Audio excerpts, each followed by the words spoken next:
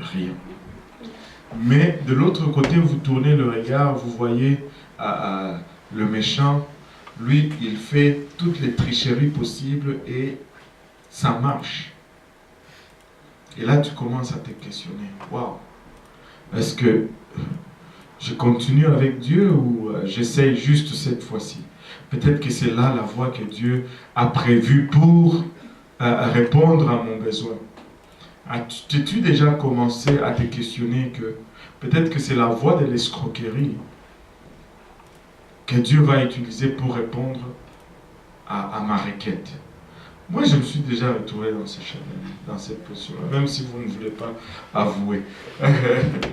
Et à un temps, je voulais faire venir ma petite sœur, et j'ai tout fait pour la faire venir. En ce temps-là, j'avais un travail qui payait plus, j'allais dire un bon travail, mais c'est plutôt un travail qui payait bien.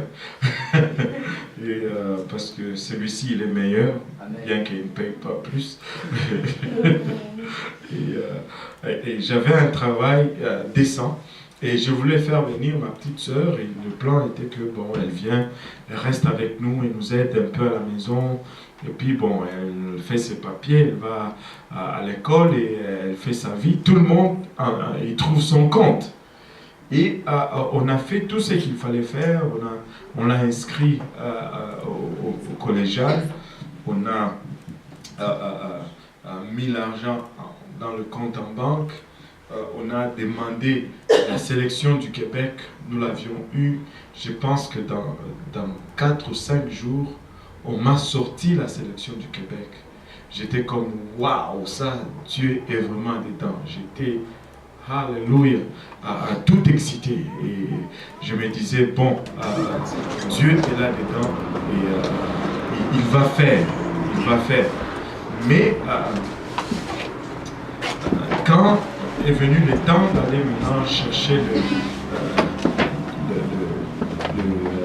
comment on dit, le visa au fédéral, le fédéral a refusé sans raison apparente. Ils ont tout simplement dit que tu ne donnes pas assez de preuves que tu vas retourner au Congo après tes études. Ben, c'est parce que c'était ça les plans. Et c'est parce qu'aussi il y a un mécanisme légal quand tu as fini tes études pour que tu restes. Donc ce n'était pas en fait une question qui s'est posée. Mais on lui a refusé le visa.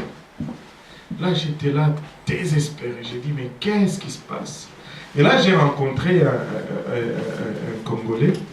Il me dit ah ça c'est pas grave, ne t'inquiète pas. Moi, je peux faire venir ta soeur sans problème.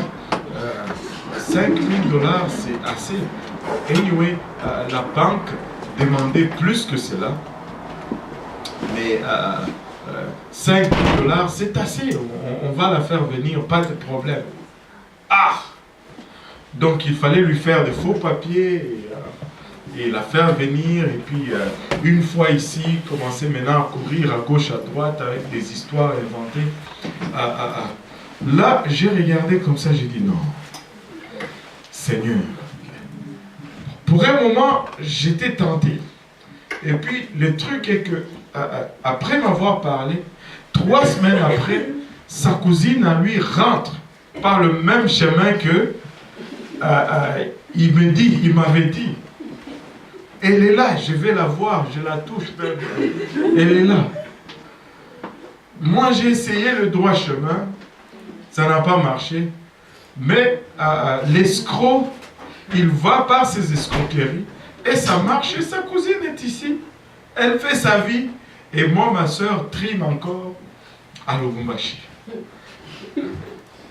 Là, tu te dis, Seigneur, est-ce que j'ai manqué la bénédiction que tu avais préparée pour moi? Ou bien tu commences à regarder le méchant et puis ça commence à te titiller un peu.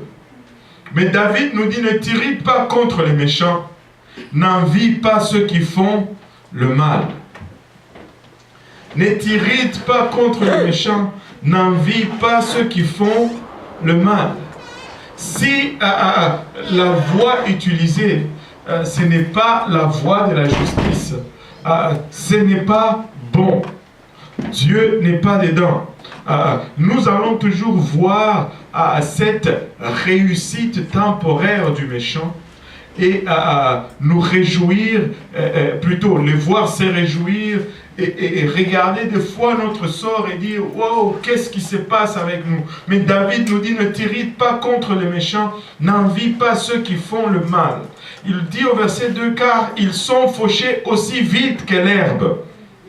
Et ils se flétrissent comme le gazon vert. » Avez-vous déjà observé le gazon? Dès que l'hiver commence, le gazon jaunit et il devient brun et il dort. Mais dès que le printemps rentre aussi, quelques pluies et tout redevient vert. Aussi vite il apparaît, aussi vite il va disparaître. Au verset 3, il nous dit « Confie-toi en l'Éternel et pratique le bien. » En tout ce que nous faisons, dans tout notre aspect de vie, nous allons nous confier à l'Éternel et nous allons appliquer la justice de Dieu et la droiture de Dieu dans tout secteur de notre vie. Les secteurs que vous ne confiez pas à Dieu, il ne va pas marcher. Et au fait, ça risque d'entraîner les dégringolades de tous les autres secteurs. Parce que Dieu ne traite pas à moitié avec les gens. Écoute, si tu dis, bon, ça, je donne, je laisse à Dieu, et ça, je ne donne pas à Dieu, qui aura contrôle dans cette partie de ta vie? Dites-le fort, vous avez peur? Hein? Non, c'est le diable. Il n'y a que 2 maîtres. Il n'y a que 2 maîtres. Tu ne peux pas servir Dieu et maman. On ne dit pas tu ne peux pas servir Dieu et maman et Dieu donné. Non. C'est Dieu et maman. Il n'y a que 2 maîtres. Tu ne peux servir 2 maîtres en même temps. Et les secteurs que tu laisses hors de contrôle de Dieu, Dieu ne va plus être. Tu lui donnes tout ou tu ne lui donnes rien. Il dit, confie-toi à l'Éternel, c'est-à-dire mets ta confiance en l'Éternel et fais ce qui est juste, pratique le bien. Aie le pays pour demeure et la fidélité pour pâturage. Nous, la notion de fidélité, c'est quelque chose qui est devenu rare dans notre société de nos jours. Regardez, quand on parle de fidélité, qu'est-ce qui vous vient en tête premièrement? Fidélité. Le mariage. C'est vrai, même si vous n'avez pas eu le courage de le dire. Si vous pouvez le lire sur les visages de tout le monde. Mariage. Et là, vous ne dites pas parce que vous pensez que si vous dites, vous allez vous exposer. On connaît anyway.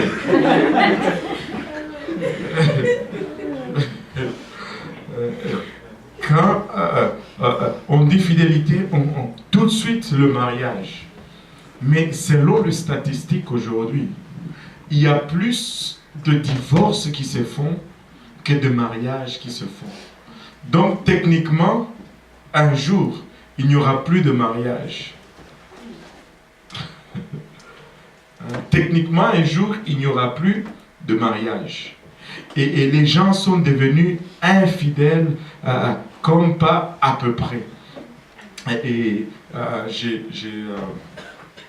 il s'appelle cela être ouvert. Moi, je veux être fermé.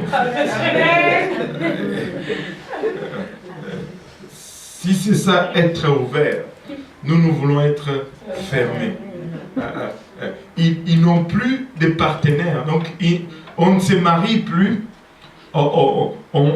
Tu sais, quand j'ai besoin d'avoir de rapports, et puis je sors, et puis je tombe sur quelqu'un, et puis bon, lui sait que c'est pour un temps, moi je sais que c'est pour un temps, et puis après, chacun va... c'est le mot fidélité, et ce n'est pas seulement dans le mariage, regardez, même très rare aujourd'hui, quelqu'un qui va avoir un travail et qui le garde jusqu'à la fin de sa vie. Alors que c'était plus souvent le cas dans le passé. Tu avais un emploi et tu le gardais jusqu'à la fin de sa vie. Mais aujourd'hui, si un autre boss me donne plus, waouh, je suis parti.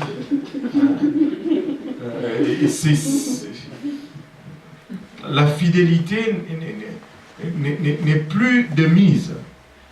Regardez, je suis déjà tombé sur, et ça c'est un cas vrai, un jeune homme, un homme québécois qui était marié à une fille de Philippines. Il n'était pas du tout dans l'église. Le frère Mutombo a commencé à les approcher, ils habitaient son quartier. Et le jeune homme est tombé malade, on est allé le voir à l'hôpital à plusieurs reprises, on a parlé de Dieu, et et c'était...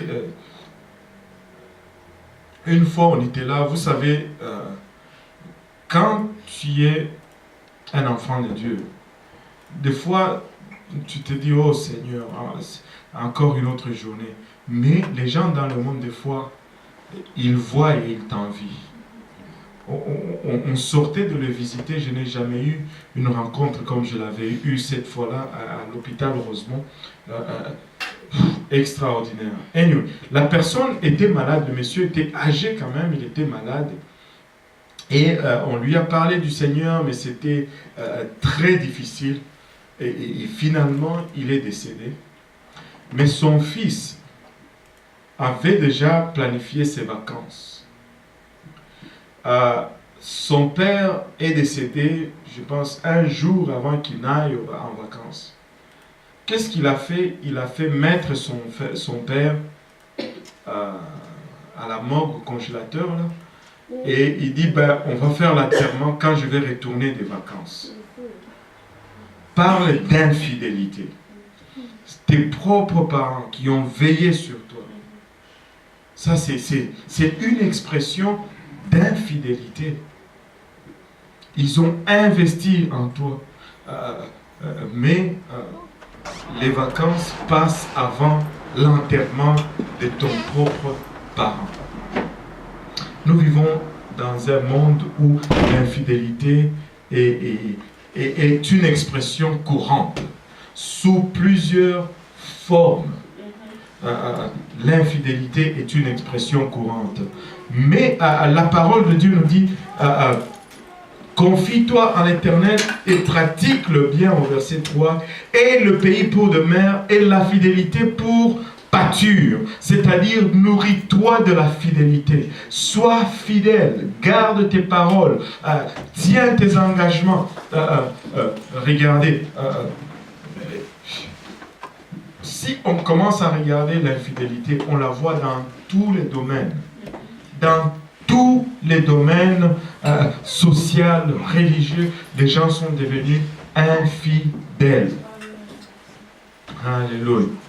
Mais il dit, fais de la fidélité et la fidélité pour pâture. C'est-à-dire, nourris-toi de la fidélité. Sois fidèle. Garde ta parole. Quand tu prends un engagement, garde-le jusqu'à la fin. Amen. Regardez le verset 4. Il nous dit, fais de l'Éternel tes délices et il te donnera ce que ton cœur désire. Ça, c'est un des versets que nous ne comprenons pas beaucoup. Ben, pas que nous ne comprenons pas, mais que nous prenons seulement la dernière portion. Il te donnera ce que ton cœur désire. Mais avant qu'il ne te donne ce que ton cœur désire, tu dois d'abord faire de lui tes délices. Et quand tu fais de l'Éternel tes délices, les désirs de ton cœur ne sont pas les mêmes que lorsque tu ne faisais pas de l'Éternel tes délices. Donc tu ne peux pas avoir d'abord des délices, plutôt des désirs, et puis tu dis tu vas à Dieu, et puis il va faire... Non, ça ne marche pas. Ça ne fonctionne pas. Et là, nous venons déprimer parce que tu as encore le regard sur ton cœur ancien. Débarrasse-toi de ton cœur ancien. Fais de l'Éternel tes délices. Aime l'Éternel. Vous savez, le mot délice, délicieux. Gâteau. Un bon plat. Aime Dieu. Mais quand tu aimes Dieu, il t'affecte. Si tu l'aimes, si tu fais de Dieu tes délices, ton cœur change. Et quand ton cœur change, il peut alors faire le désir de ce cœur qui est changé. Il ne fait pas il ne te donne pas les désirs de ton ancien cœur. Si tu as encore les désirs sur les choses anciennes, c'est que l'Éternel n'est pas encore tes délices. Fais de l'Éternel tes délices d'abord. Si c'est moi qui écrivais, j'allais écrire d'abord. Et ensuite, il te donnera ce que ton cœur désire. Amen. Oh Seigneur. Amen. Alléluia. Aide-nous, Seigneur. Amen. C'est ça. Regardez le verset 5 qui nous dit « Recommande ton sort à l'Éternel. » Vous savez, nous avons des plans, nous avons des ambitions, nous avons des situations. Nous désirons, tout le monde... et c'est Dieu qui nous a donné ça, en fait. Tout le monde a une dose d'orgueil. Tout le monde a une dose d'estime de soi, si on peut le dire. Et tout le monde aspire à devenir toujours meilleur. Tout le monde veut devenir meilleur.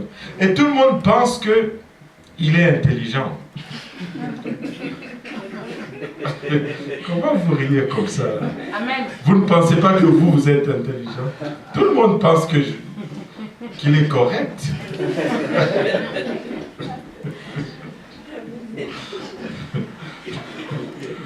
Nous pensons tous que nous sommes corrects. Tu sais, personne ne pense qu'il est stupide. Et en pensant comme ça, nous faisons nos propres plans. Nous regardons en avant, oh, moi je serai comme ça. Et en plus, influencés par la pression du monde. Et nous vivons dans ce monde et nous avons grandi avec le standard de ce monde. Si tu n'as pas un grand diplôme affiché sur le mur, ben, tu n'es pas quelqu'un. Université, tel, bon, tu n'es pas quelqu'un.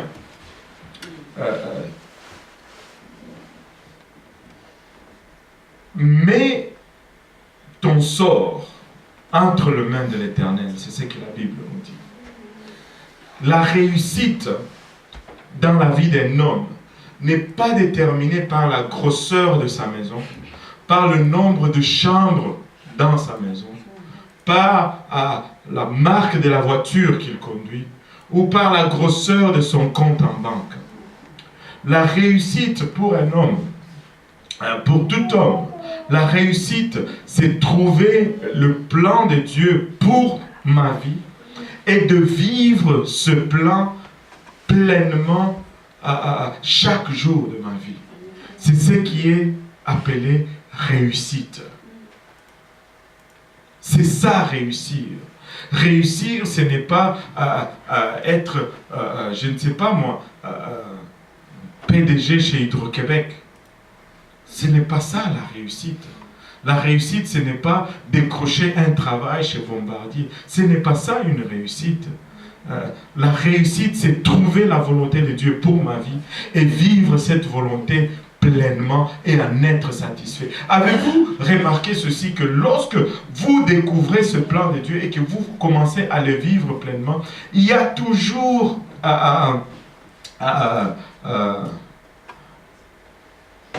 le diable va toujours envoyer quelqu'un pour te dire, oh, tu n'as pas, regarde-toi un peu. À qui est-ce qu'on a déjà dit cela? Regarde-toi un peu. Oh boy, nous sommes tous dans le même bateau ici.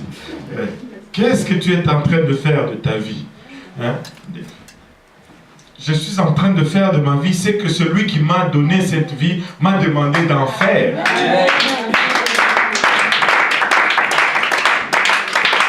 Ma vie ne m'appartient pas, ma vie appartient à Dieu. Et confie-toi, où est-ce que je suis? Recommande ton sort à l'Éternel. Laisse l'Éternel être le garant de ton avenir. Cela ne veut pas dire que non plus, bon, maintenant je ne prépare plus mes leçons, j'abandonne l'école. Non! Ce n'est pas ce que je veux dire. Vous devez étudier. Vous devez faire vos devoirs, vous devez aller à l'école et vous devez avoir les meilleures notes plus que les païens. Vous devez être la tête dans les universités, vous devez être les meilleurs. Nous avons besoin de chrétiens partout. Dans les universités, dans les grosses compagnies, parmi les médecins, nous voulons avoir des gens qui croient en Jésus-Christ et qui craignent Dieu. Et ça, c'est vous. Mais nous voulons aussi avoir des chrétiens dans les manufactures. Peut-être que moi, Dieu m'a appelé à être chrétien au marché Jean Talon, à vendre des fruits.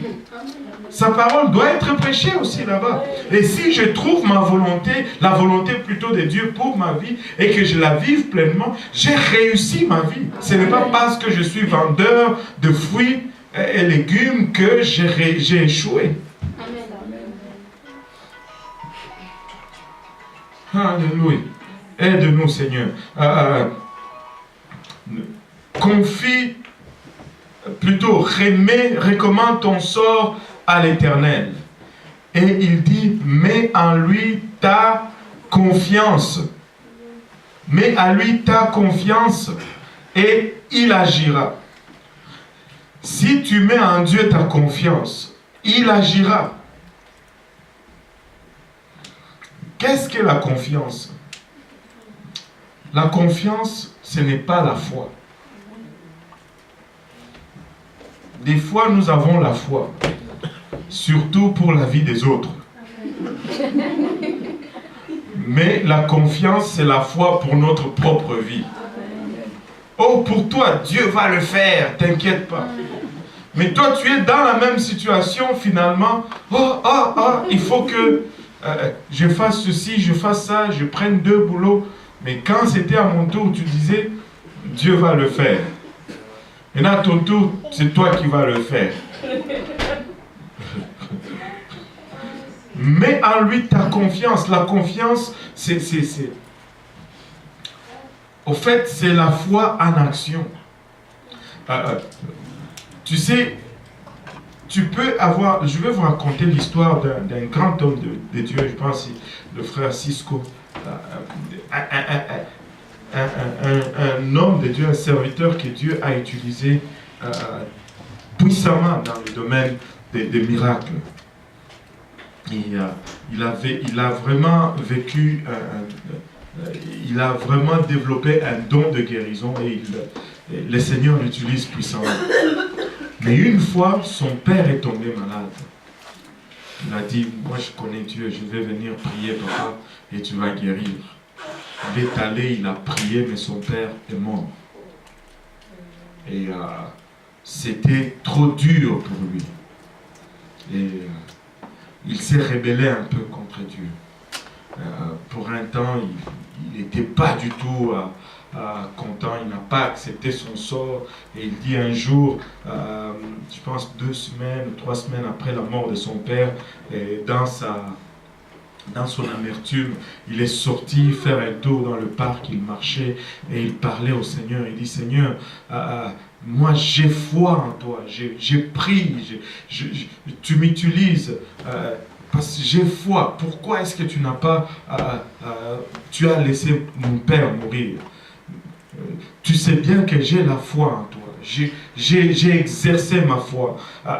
Dans des situations qui semblaient impossibles, j'ai exercé ma foi. Mais pourquoi est-ce que tu as laissé mon père mourir? Ce n'est pas la foi qui manquait. Tu as toujours dit, si j'ai la foi, je vais recevoir. Et puis Dieu lui a parlé dans ce parc.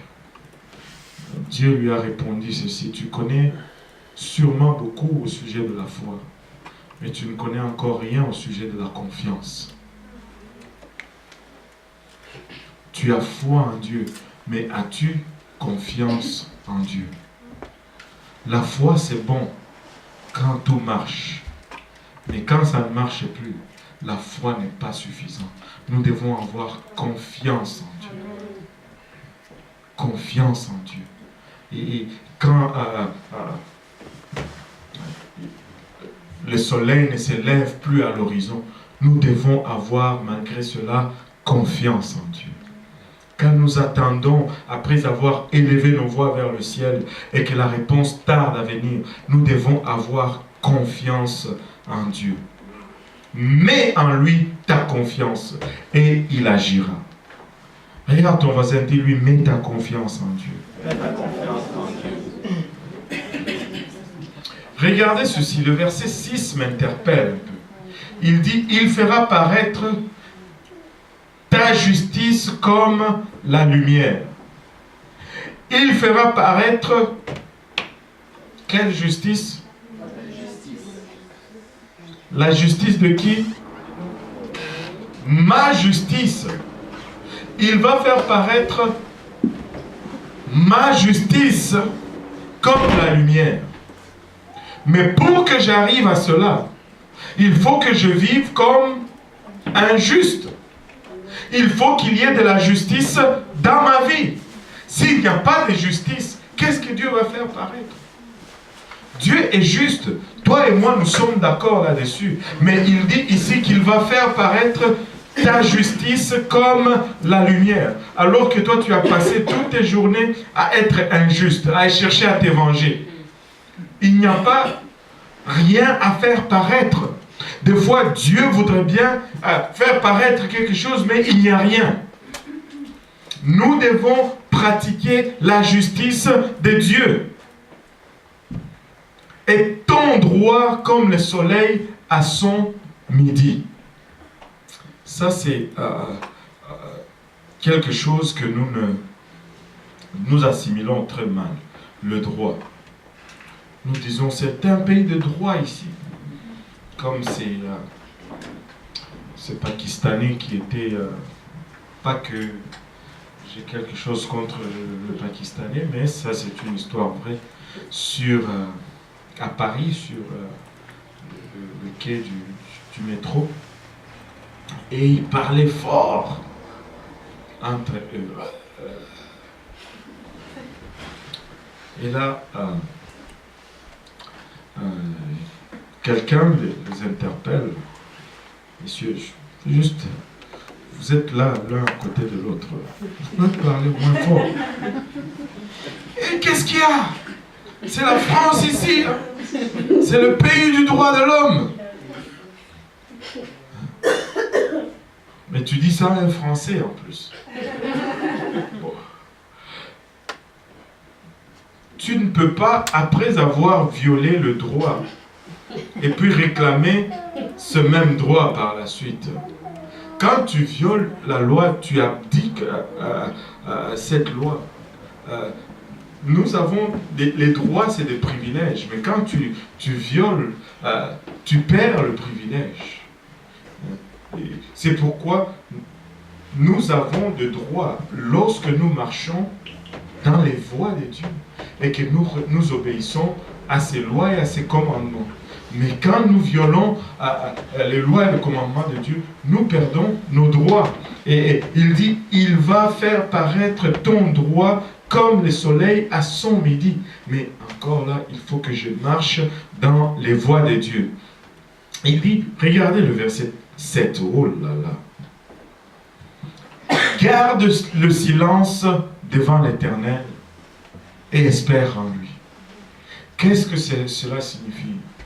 Qu'est-ce qu'il veut nous dire par là? Qu'est-ce que David veut nous dire par garde le silence devant l'Éternel et espère en lui? David veut nous dire tout simplement, arrête de te plaindre. Arrête de te plaindre. Cela ne veut pas dire arrête de louer Dieu. Garder silence devant l'Éternel, cela ne veut pas dire on ne loue plus Dieu, on se tait. Non, non, non. Ça veut dire arrête de te plaindre. Des fois les choses vont mal. Oui, des fois les choses vont mal, même pour les enfants de Dieu. Mais arrête de te plaindre. Ne te plains pas et espère seulement en lui. Ne te tracasse pas, mais espère seulement en lui. Ne te tourmente pas, mais espère seulement en lui. Arrête de pleurer sur ton sort. Arrête de te plaindre. Dieu est capable, il va le faire. À chaque fois que tu te plains, c'est une expression d'un manque de foi et de confiance dans l'Éternel. La Bible nous dit, ne vous inquiétez de rien. Mais en toute chose, faites des requêtes et des supplications avec c'est-à-dire des remerciements, pas des actions de complaintes. Pas des plaintes.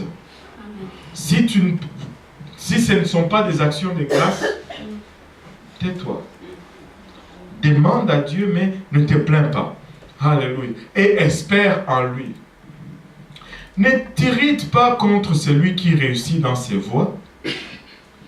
Oh, Agnès a réussi, elle travaille en informatique. Moi, je suis encore chez McDonald's ou chez, je ne sais pas. Non! Si quelqu'un réussit, alléluia! Au moins, il y a quelqu'un qui pourra t'aider lorsque ça va mal. Mais si vous êtes tous dans le même trou, qui va aider qui?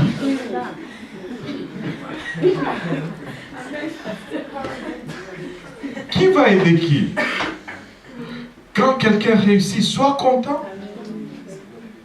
Sois content. Réjouis-toi avec la personne.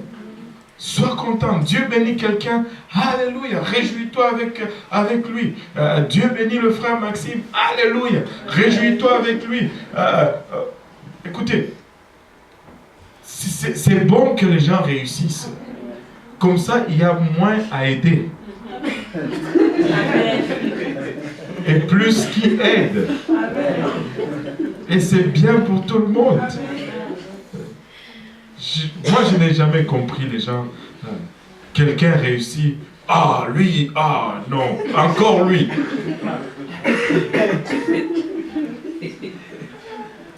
Si nous tous, nous sommes à pied, nous sommes tous dans le même trou. Mais si, je ne sais pas moi, Achille a une voiture, il me voit en train de passer à marcher à pied, il va s'arrêter, il va me prendre. J'espère en tout cas. Mais toi, au lieu d'être content quand tu le vois en voiture, tu veux qu'il marche à pied avec toi. Ça t'aide en quoi?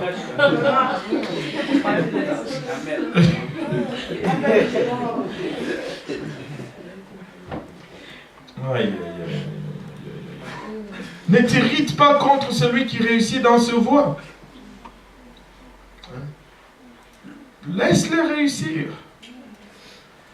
Et même si ces voies de réussite sont mauvaises, ils disent contre l'homme qui vient à bout de ses mauvais desseins.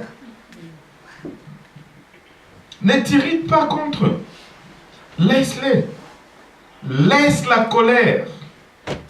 Abandonne la fureur. Ne t'irrite pas, ce serait mal faire. Oh, lui aussi, encore lui. Ah, tu as vu, il a encore changé de voiture. Waouh, une nouvelle paire de chaussures. Oh, c'est bon.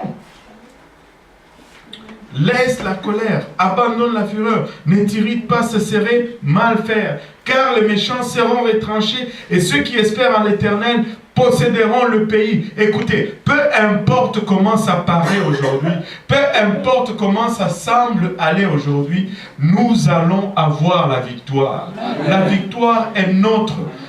Nous allons triompher, nous allons être ceux qui vont régner au un jour, ce jour-là, ça sera un jour où ça va être un jour de détresse. Parce qu'il y a des gens qui seront très surpris. Mais vous savez quoi? Aucun enfant de Dieu ne sera surpris. Parce que ceux qui vont au ciel et ceux qui règnent avec Christ se préparent. Tu n'arrives pas au ciel par accident. Oh, tu marchais seulement et puis pouf, tu te retrouves au ciel. Impossible. Si tu vas aller au ciel, tu vas te préparer. Tu vas te sacrifier. Tu vas travailler. Paul nous donne l'exemple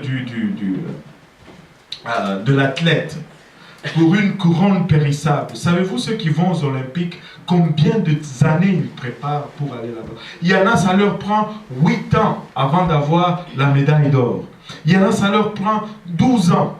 Ils vont se préparer pour un moment court comme ça. Par exemple, ceux qui font le 100 mètres. Ils vont se préparer. Savez-vous combien de temps ils se préparent? Quand il y avait il y avait c'est qui? Bruni-sur-Ain. Qui connaît Bruni-sur-Ain ici? Mince. C'était un Montréalais qui faisait aussi le 100 mètres. Il était champion, une fois champion du monde, quelque chose comme ça. Si tu allais au centre Claude Robillard, tu pouvais l'y voir chaque jour presque. Et il pouvait passer à 2 heures, 3 heures. Il va faire ses exercices. Il avait ses écouteurs. Là, il fait ses pas. Et il va faire la même chose pendant je ne sais pas combien de fois. Mais vous, on vous prêche seulement le même message 2 fois. Wow! C'est la guerre. Il va faire la même... Ça, je n'ai jamais compris. Pourquoi est-ce que... Tu sais... Savez-vous que nous mangeons presque la même chose chaque jour? Dans le naturel. Oui. Tu manges le riz, la viande, et le poisson et les légumes. Soit les épinards, pour ceux qui sont africains, ou les ndolé. Mais même les ndolé, ce n'est pas tous les jours. C'est rarement, c'est seulement quand on a de la visite. Mais souvent, c'est les épinards, les feuilles de manioc pour les pondous. Même le pondou, des fois, c'est... Mais nous mangeons la même chose presque chaque jour physiquement. Mais quand on nous prêche la même chose 2 fois, ça ne passe plus. Il faut faire sortir le chat de la gorge, là. Et pour retourner à notre athlète, il va... Chaque jour, il était au centre Claude Robillard. Mais quand ils vont pour la course, là, ils se mettent... Bang! 10 secondes, c'est fini. Des années de préparation, 10 secondes, c'est fini. Pour 10 secondes, il va faire des heures et des heures et des heures pour 10 secondes. Mais là, nous parlons de l'éternité. De l'éternité. Oh, non. Pardon. Car les méchants... où est-ce que je suis Car les méchants seront retranchés et ceux qui espèrent en l'Éternel posséderont le pays. Nous allons gagner. Nous pouvons investir effort, temps et argent dans le royaume de Dieu parce que nous allons être triomphants à la fin. Encore un peu de temps et les méchants n'est plus. Tu regardes les lieux où il était et il a disparu. Les misérables possèdent le pays et ils jouissent abondamment de la paix. Les méchants forment des projets contre les justes et ils grincent des dents contre lui. Si tu commences à avoir des projets contre les justes, si tu commences à avoir quelqu'un qui essaie de marcher pour Dieu et que ça t'irrite, ben tu es un méchant. Alléluia. Le Seigneur regarde le méchant, il rit du méchant, car il peut voir que ses jours sont comptés. Vous savez, nous avons eu, ces derniers temps, je ne sais pas, je suis tombé sur un documentaire qui parle de la fin de Mobutu, comment il est sorti du Congo son garde du corps ou le chef de camp qui était, je ne me rappelle plus son nom, il raconte toute l'histoire, comment ils étaient dans sa résidence là, à Badolité, les armes, les gens commençaient à tirer, il est sorti, il est allé, il y avait un avion qui restait à l'aéroport et il les a obligés d'attendre alors que Mobutu attendait un autre avion et puis finalement il était morbide, on a sorti Mobutu dans la voiture, il n'était même pas capable de sortir de la voiture pour entrer dans l'avion, on a rentré la Mercedes par le derrière de l'avion et il était parti en boubou, sans cingler, alors que cet homme, tu ne pouvais pas le regarder en face. C'était le léopard. Et même toute la grandeur, toute finie. Aujourd'hui, il est passé. Toutes ces atrocités, toute cette méchanceté, ça ne lui a pas donné l'éternité. Aujourd'hui, c'est fini. Alors que nos pères, même nous, moi je suis né sous Mobutu, je suis grandi sous Mobutu, j'ai quitté le Congo sous Mobutu, je ne connaissais rien d'autre. Chez nous, quand on était petit, là, on ne savait pas, le mot président ne disait rien. On se posait les questions comme ça. C'est qui le Mobutu de la Côte d'Ivoire? Parce que président était synonyme de Mobutu. C'est qui le Mobutu de la Zambie? Ah, c'est Kaunda. Ah, ok. C'est qui le Mobutu?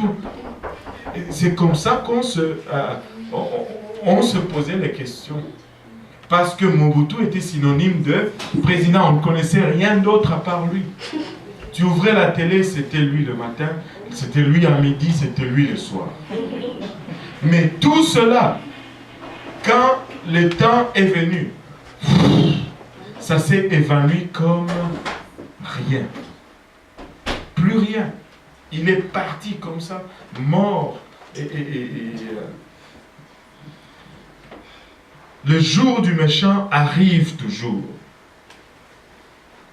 Les méchants, le Seigneur rit du méchant car il voit que son jour arrive. De là où nous sommes, nous pouvons regarder le méchant et dire waouh, quelle belle vie. Et ça, on a l'impression que ça ne finira jamais. Mais attends, un jour, tu es content d'être à ta place alors que tu les regardes en train de tomber en ruine. Vous savez, quand je suis arrivé ici, je suis arrivé comme un réfugié politique et on faisait nos réunions de politique et tout ça. Et une fois on a fait une réunion, on réunissait beaucoup de gens du Canada, des États-Unis et même de l'Europe. Ils sont venus ici et on faisait nos discours. Et puis là, dans la réunion, j'ai remarqué qu'il y avait la présence de quelqu'un, un jeune homme qui était à l'université avec mes frères. Mais quand il était à l'université avec mes frères, là au Congo. Lui, il allait à l'université en voiture. Ça,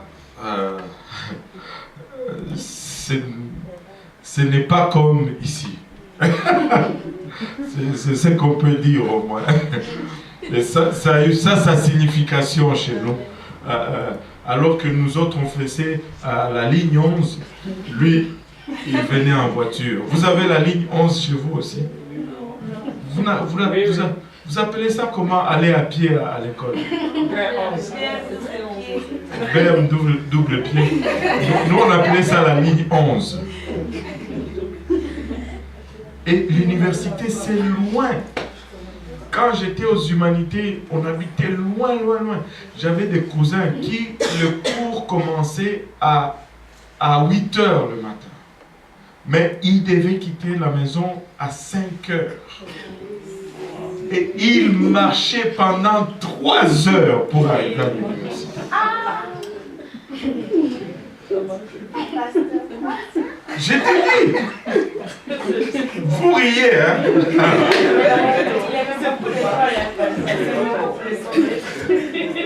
Est-ce qu'il avait le choix? Il aimait l'école. Il n'avait pas le choix. Vous riez? Qui me croit? Qui ne me croit pas? Soyez honnête.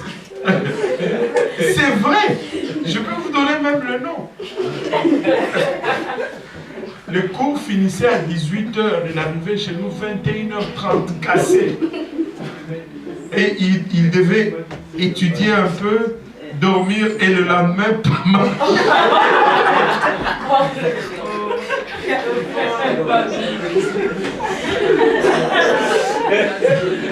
Et là, toi, tu t'élèves, je suis fatigué, je sèche les cours. Vous blaguez.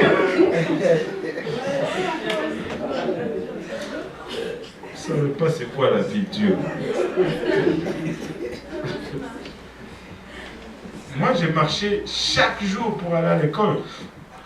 J'ai marché au moins 1 heure pour aller à l'école.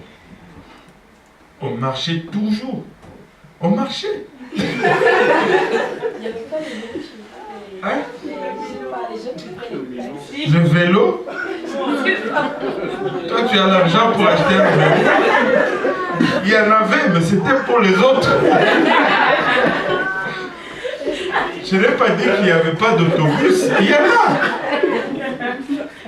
Mais ils ne te laissent pas monter comme ça.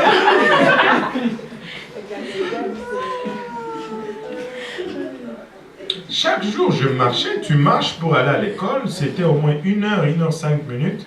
Et quand tu rentres, tu manges, tu dors. Et puis tu te réveilles vers 16 h. C'est là que tu commences à étudier. On marchait toujours. On était en forme. On marchait toujours. On a toujours marché. Ce n'était même pas une question. Et on marchait très vite. Aïe,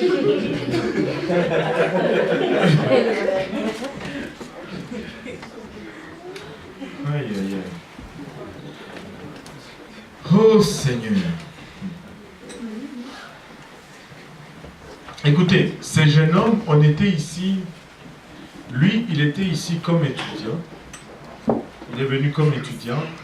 Il voulait rester au fait. Mais ce n'était pas facile à l'époque. Et là, il nous regardait, nous qui étions ici comme réfugiés. Maintenant, il nous enviait dans notre refuge. Lui qui était là sous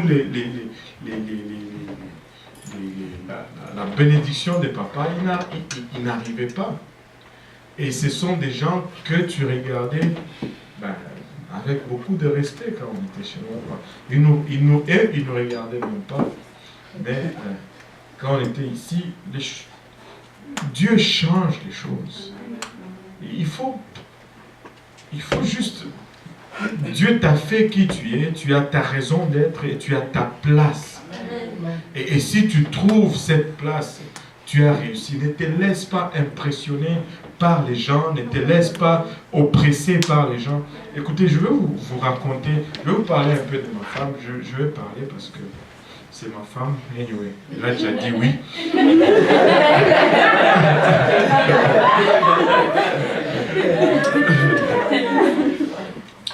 Ma femme a étudié comme infirmière. Elle est infirmière, bachelier.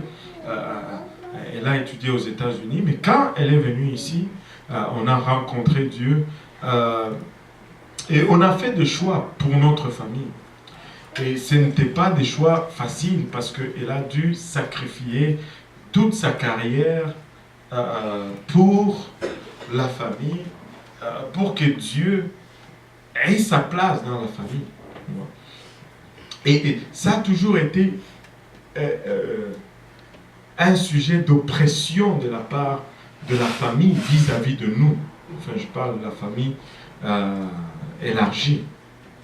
Comment est-ce que toi tu as étudié, tu peux faire ça, et blablabli, et blablabla, et blablabli, et blablabla. Et je ne veux pas vous dire que nous sommes des super-héros, que tout cela ne nous affecte pas. J'aimerais vous dire cela, mais ce n'est pas vrai. Il y a des moments où ma femme pleurait à cause de cela. Il y a de ces moments où elle devait prier pour que le Seigneur lui donne la force et le courage de continuer. Mais vous savez quoi? Aujourd'hui, quand il y a un problème dans la famille, c'est son téléphone à elle qui sonne le premier. Et ce n'est pas le diplôme qui fait la différence, mais c'est Dieu qui fait la différence. Quand il y a une situation, c'est elle qu'on appelle un problème. Dieu te donne une place. Et si tu trouves le but et le plan de Dieu pour ta vie, c'est ça la réussite. Et cela ne veut pas dire ne pas étudier, cela ne veut pas dire abandonner les études, cela ne veut pas dire négliger les études. Il faut aller à l'école. Ton travail ou ta responsabilité pour le moment, comme étudiant, comme enfant, c'est d'aller à l'école et de réussir comme il faut. Amen. Je pense que je devrais recommencer à demander les bulletins encore. Je vais commencer à demander encore les notes. J'ai demandé ça. Comment ça, waouh? Je veux voir tes notes. Tu ne vas pas me mentir. J'ai aussi été à l'école. Le méchant tire le glaive.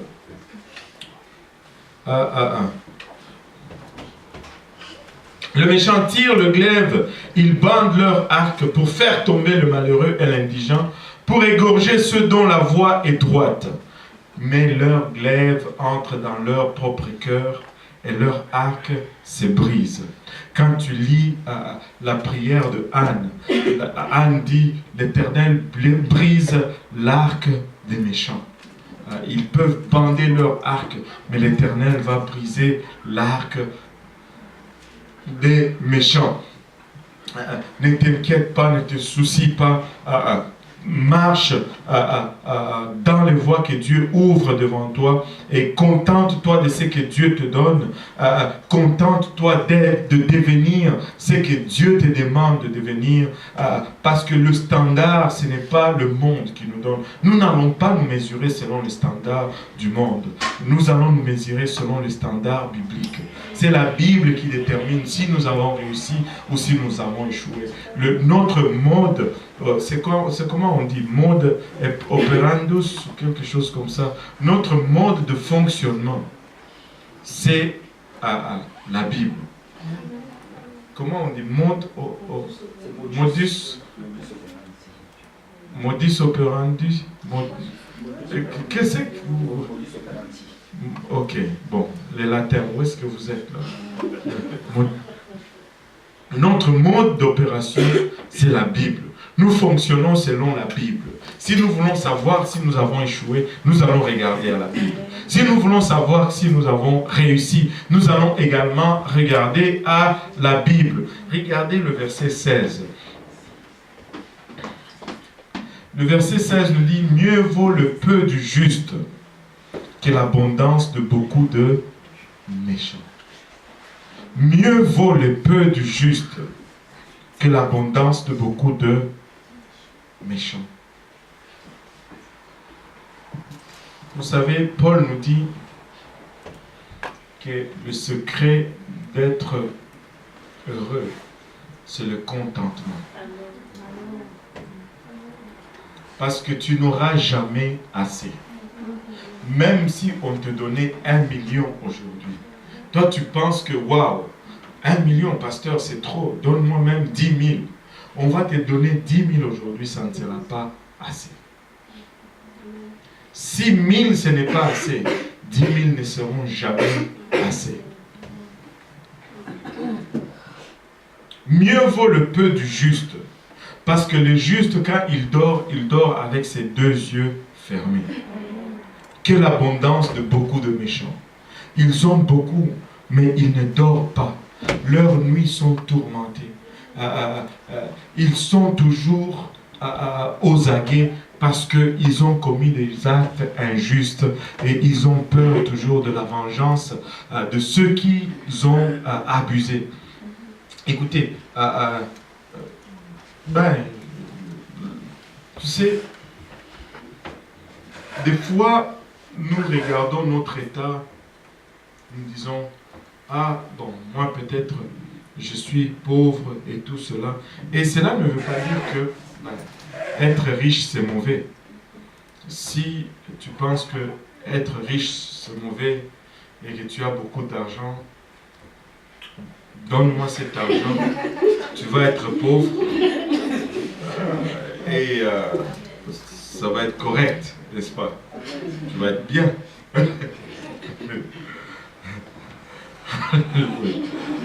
Mais tu ne veux pas de la richesse des méchants. J'ai parlé un jour à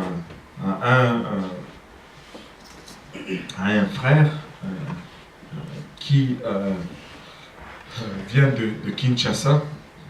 Ben, je vais vous le dire, c'est le frère Nono. Et on parlait un peu de la vie, comment nous venait des quartiers différents. Lui, il venait d'un autre quartier. Et il m'a dit quelque chose qui m'est toujours resté. Il dit, pasteur, tu vois,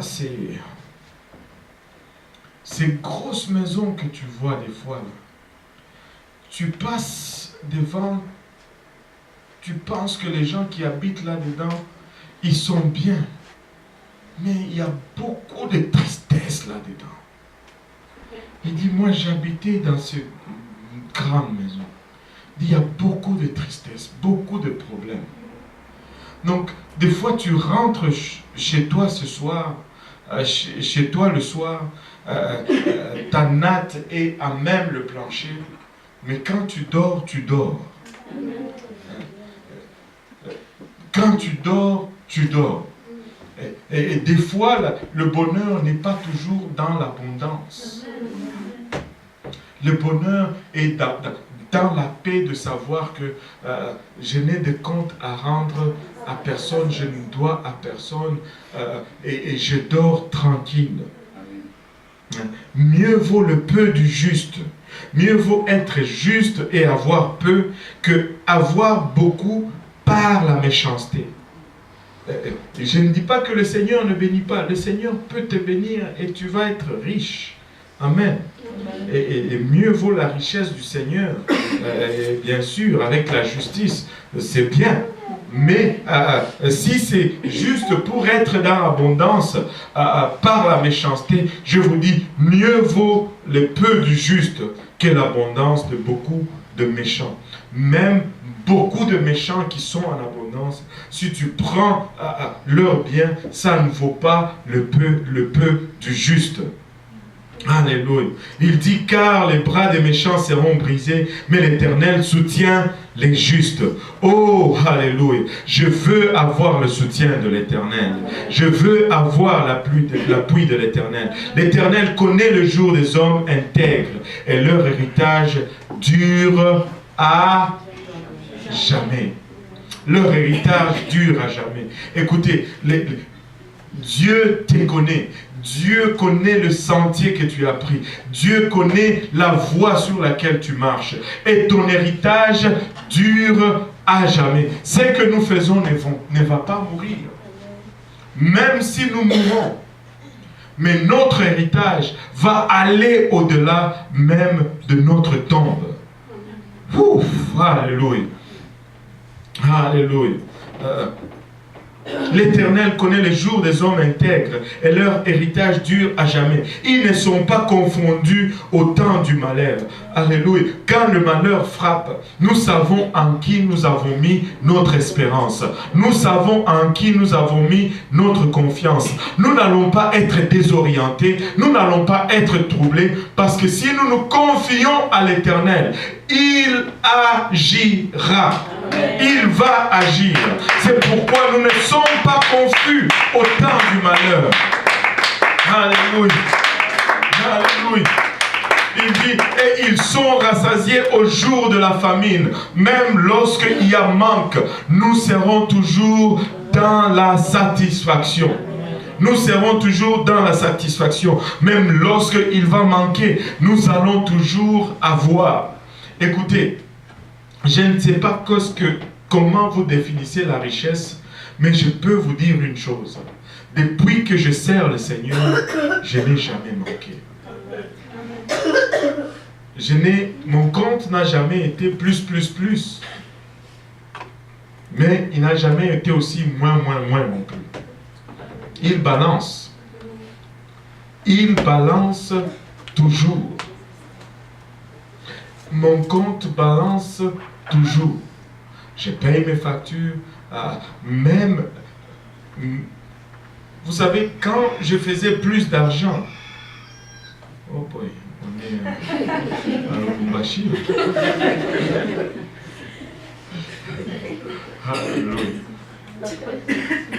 Même quand j'ai travaillé dans le travail séculier et que j'avais beaucoup plus que lorsque je travaille pour le Seigneur, je n'étais pas à mesure de faire ce que je fais avec le peu, avec le Seigneur, qu'avec beaucoup sans le Seigneur.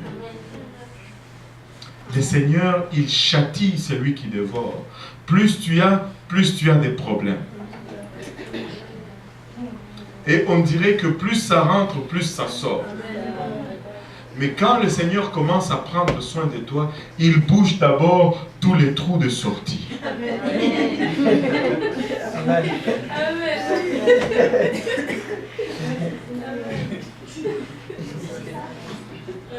À quoi ça sert de verser dans une casserole si les trous ne sont pas bouchés? Tu bouches d'abord les trous et puis là tu commences à verser. Et c'est ce que le Seigneur fait. Alléluia. Nous ne sommes pas confondus au temps du malheur et nous sommes toujours rassasiés au jour de la famine.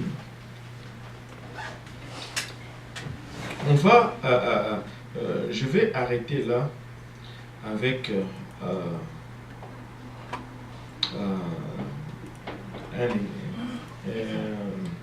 comment on dit, un témoignage, un ou deux, un lointain et un autre proche. Le Seigneur ne te laisse jamais, c'est fidèle. Il ne t'abandonnera jamais. Tu peux avoir confiance en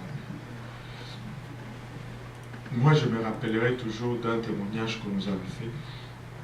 Je pense que c'est le frère Mallory qui nous avait fait ce témoignage dans un de ses services.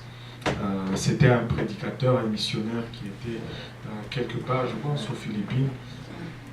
Et ce jour-là, il a pensé au fond que c'était le jour que le Seigneur allait faillir. Enfin, du moins, sa famille a pensé cela. Il n'y avait rien à la maison. Et il se lève le matin, rien. L'heure du déjeuner passe. Lorsque l'heure du midi arrive, il dit à sa femme, prépare la table. Mais il n'y a rien, chérie, prépare la table. Il dit que ses enfants se regardent. Papa est devenu loco. Et là, ils mettent les couverts, ils mettent les assiettes. On dit, bon, appelez tout le monde, on va s'asseoir à table. Oh, mais papa, il y a, on va s'asseoir à table. Et là, ok, tout le monde va à table et il s'assoit. Il n'y a pas de riz qui se forme dans les assiettes. Et là, il dit, on va fermer les yeux, on va remercier tous le Seigneur pour cette nourriture.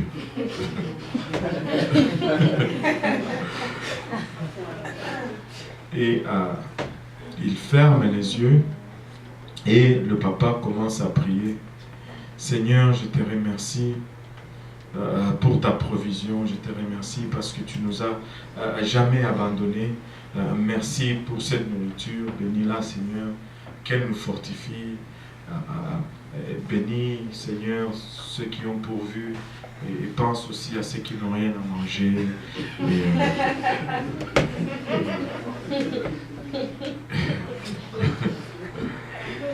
Et quand il dit au nom de Jésus, on frappe à la porte. Plac, plac, plac, plac. Et là, tout le monde ouvre les yeux et tout le monde est distrait. On va ouvrir la porte et on voit une famille qui était même pas dans le même village, dans un autre village loin, qui arrive devant la porte avec un sac de riz, un panier plein de fruits et de légumes, 3-4 poules qui pendaient par les pattes et les ailes suspendues dans les airs. Et qui, pasteur, on était chez nous, mais le Seigneur nous a vraiment impressionnés de vous amener ceci. Et là, les enfants et la femme ont commencé à pleurer. Parce qu'ils ont vu la fidélité de Dieu, alors qu'ils étaient dans un moment de doute, dans un moment où ils étaient désespérés. Mais Dieu veille toujours à ceux qui le servent. Je vais vous raconter une autre histoire, c'est celle du frère Mutombo qui était en Zambie. Tu sais, quand tu veux être réfugié, choisis au moins un pays.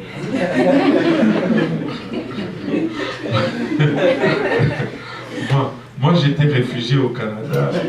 Lui, il était réfugié en Zambie. Et je vous dis, c'était pas pareil.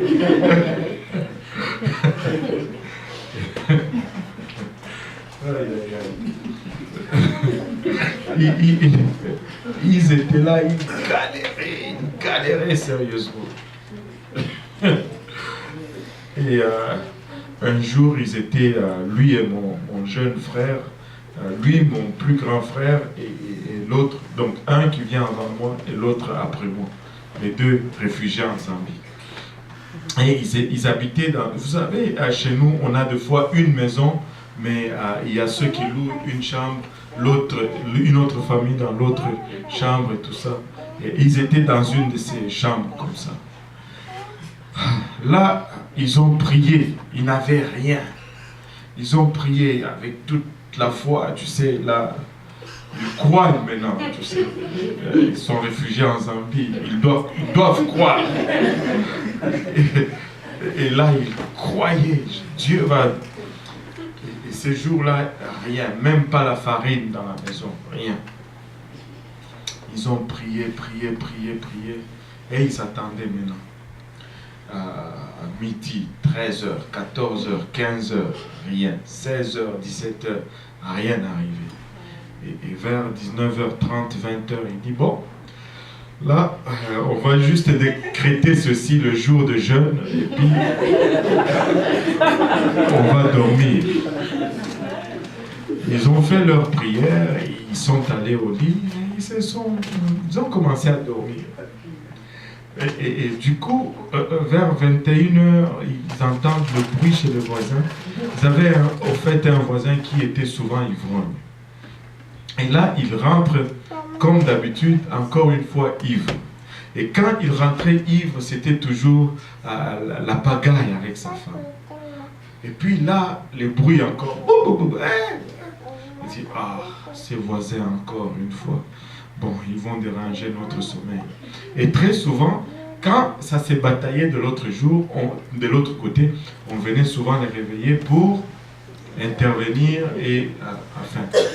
Et là, après un moment, ils entendent frapper à la porte. Hé, Bamutombo, ouvrez, en zambien.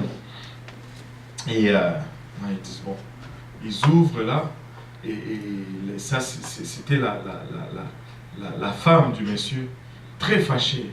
Il dit, et elle arrive là, et dit, il est encore revenu ivre. Et tout le temps comme ça, et quand il rentre ivre, c'est toujours des problèmes. Mais aujourd'hui, il va voir. La nourriture que j'ai préparée pour lui là, il ne va pas voir. Prenez la nourriture et mangez-moi ça.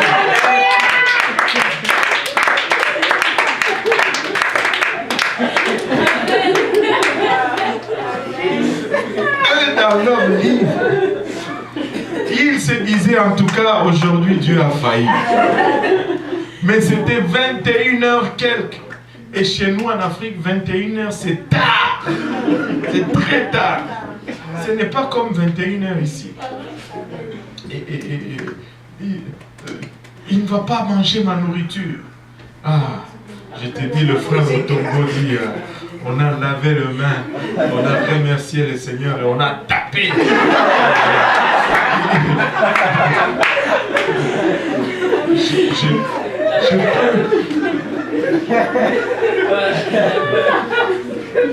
Je peux vous raconter des histoires de la main de Dieu. Et non seulement dans les provisions matérielles, mais dans les provisions aussi spirituelles. Des cas désespérés où les gens étaient malades, mourants, morts. Mais Dieu a étendu sa main et il a agi en dernière minute. Même la venue de mon frère ici, c'était miraculeux. Et il n'avait rien en Zambie. Il va à l'ambassade des États-Unis avec son passeport. Il dit, ben, je vais aller aux États-Unis. Où? À New York. Qu'est-ce que tu vas faire? Oh, je vais visiter mon frère. Ok. Votre billet d'avion? Oh, c'est mon frère qui va m'envoyer. Ah. Bon, comment vous allez faire pour vivre là-bas? Oh, c'est mon frère qui va me faire. Rien.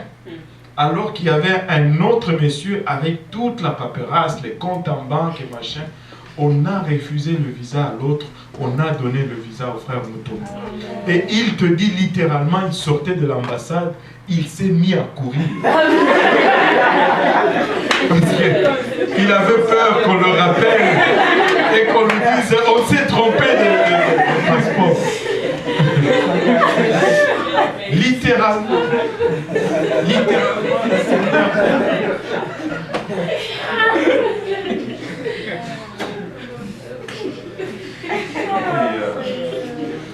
C'est seul nous pouvons faire confiance en Dieu.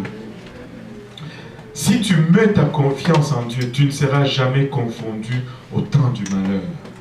Et tu seras toujours rassasié le jour de la famine. Il y aura peut-être famine, mais tu seras rassasié. Aie confiance en l'Éternel. Il va diriger tes pas. Il va être ton pourvoyeur. Ne te fie pas aux méchants. Ne te fie pas à ceux qui déclarent des choses. Des fois, quand Dieu fait, le diable aussi va vouloir faire. Ne t'inquiète pas. Il y aura des gens qui... quand Dieu commence à bouger, c'est là que le diable aussi commence. Mais tout cela, c'est juste pour te décourager, afin que Dieu n'agisse pas dans ta vie. Concentre-toi sur Dieu. Ne te concentre pas sur ce que le diable est en train de faire, et tu verras la main de Dieu. Celui qui se confie à l'Éternel ne sera jamais confus. Confie-toi à l'Éternel, tu vas éviter la confusion. Amen. Nous allons mettre notre confiance en l'Éternel. Nous allons faire confiance en Dieu en tout ce que nous faisons. Nous n'allons pas baser notre attitude ou notre marche sur nos circonstances ou notre environnement. Nous allons faire confiance à l'Éternel. Des fois, ça a l'air que ça ne va pas du tout marcher autour de nous. Mais nous allons quand même faire confiance en l'Éternel. Amen. Si nous pouvons nous lever tous ensemble.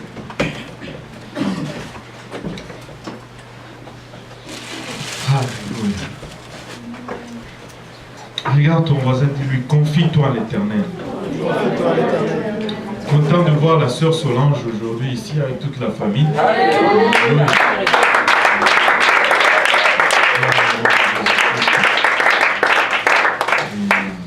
Le Seigneur est bon. Amen. Alléluia. Prions tous ensemble, Seigneur Jésus-Christ. Encore une fois, nous te remercions, Papa, pour ton amour, ta bonté et ta fidélité. Nous te remercions pour le privilège que nous avons. Connaître ton nom et de connaître ta parole. Papa, bien que, Seigneur, nous nous sommes mis, Papa, à marcher dans tes voies, Seigneur, et que nous nous sommes engagés à marcher avec toi, Seigneur, nous réalisons que nous demeurons encore des hommes charnels. Et des fois, Seigneur, les circonstances de notre vie, Seigneur, Papa, nous causent, Papa, des fois de douter, nous causent des fois, Papa, de regarder ailleurs, nous causent des fois, Papa, de tomber dans la dépression, Seigneur Jésus-Christ. Père, nous voulons, Papa, te dire que nous voulons mettre notre confiance en toi, Seigneur. Aide-nous, Seigneur, à regarder, à avoir nos regards fixés sur toi, Seigneur Jésus-Christ. Papa, aide-nous, Seigneur, Papa, à mettre notre confiance en nous, Seigneur Jésus-Christ. Comme, alléluia, cet homme qui est venu te voir, Seigneur Jésus-Christ, te disant que j'ai foi, Seigneur, mais aide mon incrédulité, Seigneur. Nous avons foi et nous croyons, Seigneur, mais aide notre incrédulité, Papa. Aide notre incrédulité. Sonde chacun de nous ici présents et rencontre-nous, Seigneur, au lieu de nos faiblesses. Et que nos faiblesses, Papa, deviennent, Papa, l'expression de ta force, Seigneur. Et que nos faiblesses, Papa, deviennent, Papa, Ilabachata, les lieux, Papa, de l'exposition de ta puissance et de ta grandeur, Seigneur. Papa, rencontre, Papa, chaque famille qui est représentée ici, Seigneur Jésus-Christ. Papa, il y a plusieurs besoins, Papa, des besoins spirituels, Seigneur. Papa, déploie ta force, des besoins, Papa, physiques. Papa, déploie ta puissance, Papa, des besoins matériels. Papa, déploie ta provision, Seigneur Jésus-Christ. Et rencontre chacun de nous ici présents au lieu de nos besoins, Seigneur. Rien n'est impossible à toi, Papa. Et nous choisissons, Papa, de mettre notre confiance en toi, Seigneur Jésus-Christ. Papa, alléluia. Et pour ceux, alléluia, qui ont mis confiance en toi, Papa, tu agiras, Seigneur. Merci pour ton action, Seigneur. Merci pour tes enfants, Papa, qui sont sous le timbre de notre voix, Seigneur. Rencontre chacun de nous encore une fois au lieu de nos besoins, nous te prions. Au nom de Jésus, nous disons tous au nom de Jésus. Alléluia. Pour nous battre les mains pour le Seigneur.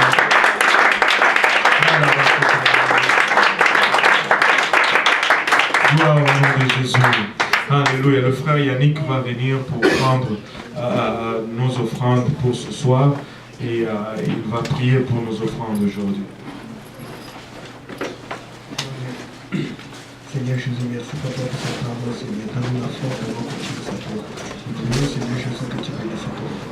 Nous prions que tu touches les cœurs, que les gens donnent de l'abondance, Papa. Nous prions aussi, Seigneur, que cette offrande, pour l'avancement de ta parole, ici, dans toi, à travers le monde, Seigneur. Touche nos cœurs, Papa, et fortifie chacun d'entre nous, au nom tout puissant de Jésus. Au nom de Jésus, que le Seigneur vous bénisse. Saluez votre voisin, dites-lui, aie confiance à l'Éternel.